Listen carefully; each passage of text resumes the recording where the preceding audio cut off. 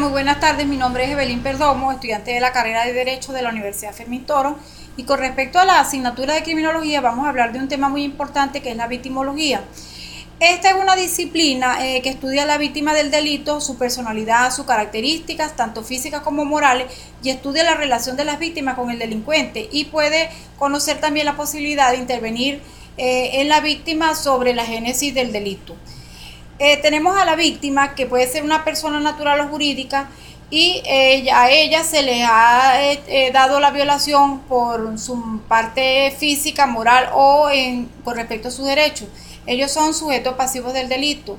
En relación al victimario, que es la persona que causa un homicidio, una lesión o un daño, ellos son considerados como el homicida o el autor de las lesiones criminales, que pueden ser de índole moral o física. Ellos son los sujetos activos del delito. Con respecto a la desvictimización, ella intenta la recuperación global de la persona luego de cometido un hecho criminal. También a ellas ha de permitírsele despojarse de la vergüenza, la culpa, la resignación y toda esa serie de cosas producto del delito y del sufrimiento por el que han tenido que pasar.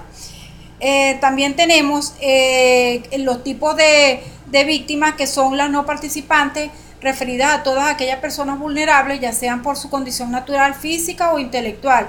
Y ellas a su vez se clasifican en víctimas ideales o inocentes, referidas a los niños, ancianos y débiles mentales. Están las víctimas accidentales, que son las personas que se encuentran por azar en un sitio y en un momento determinado, como son las víctimas de un atraco bancario. También están las indiscriminadas, que son las que no sostienen en momento alguno vínculo con el autor. Ejemplo de esto es cuando se producen los atentados terroristas. Las víctimas participantes son víctimas provocadoras, que son aquellas que ostentan joyas o vestimentas provocativas que pueden hacer propiciar actos delictuosos. También están las víctimas alternativas, que son aquellas que deliberadamente se colocan en posición de serlo para, por ejemplo, hacer una negociación de rehenes. Están las víctimas voluntarias, que son las participantes por ejemplo, cuando te tienen que no quieren prestar servicio militar o evadir cualquier responsabilidad, entonces se hacen pasar por víctimas. Están las víctimas de conducta omisiva, que son las que omiten precauciones elementales, facilitando la conducta criminal. Ejemplo de eso es dejar las puertas abiertas de una casa al salir, las del carro, de cualquier cosa que pueda permitir un delito.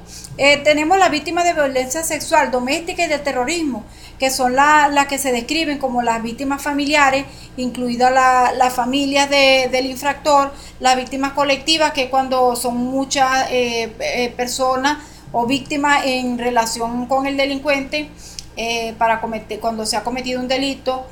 Por ejemplo, tenemos los delitos económicos, los financieros, los fraudes al consumidor, entre otros. Están las víctimas especialmente vulnerables, que ellas se toman en cuenta las de edad muy jóvenes o los muy ancianos. Están los referidos al sexo, al acoso sexual, los homosexuales, entre otros. Las víctimas simbólicas, que son aquellas personas que se escogen para causar un impacto con fines de propagación política o cuyo objeto es atacar a un determinado sistema de valores.